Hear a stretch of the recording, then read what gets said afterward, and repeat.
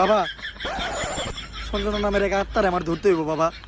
আপনি আমার সফল হওয়ার একটা উপায় দেন। যদি সফল হতে চাও তাহলে আমার লেখা এই বইটি নাও, শয়তান ধরার গর্জন।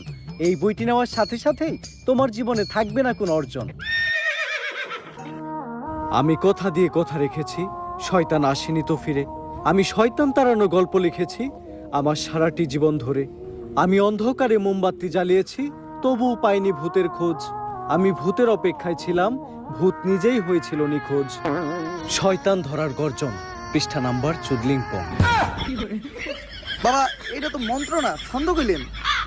মার্কেটে আপাতত ছন্দই চলে। বাবা, বইটা একটা আমারও লাগবো। দাম কত এটার? মাত্র 1000 টাকা। 1000 টাকা দিয়ে আর কিনুম? 1000 টাকা হাতে নিয়ে ভূতের ডাক দিলে ভূত নিজেই চাল চলে পড়বো। 1000 টাকা দিয়ে বইয়ের দাম, এই বইয়ের বিশেষত্ব কি? এই বইটা আমি আমার নিজ হাতে লিখেছি। দেহি হাতের লেখা এত খারাপ? দেহি বইয়ের প্রথম পৃষ্ঠায় কি লেখা? মানুষকে ভোদাই বানানোর 100টি উপায়। 1000 টাকা দিয়ে 120টার এই বইটি নেন আর ঠাস করে ভোদাই হয়ে যান।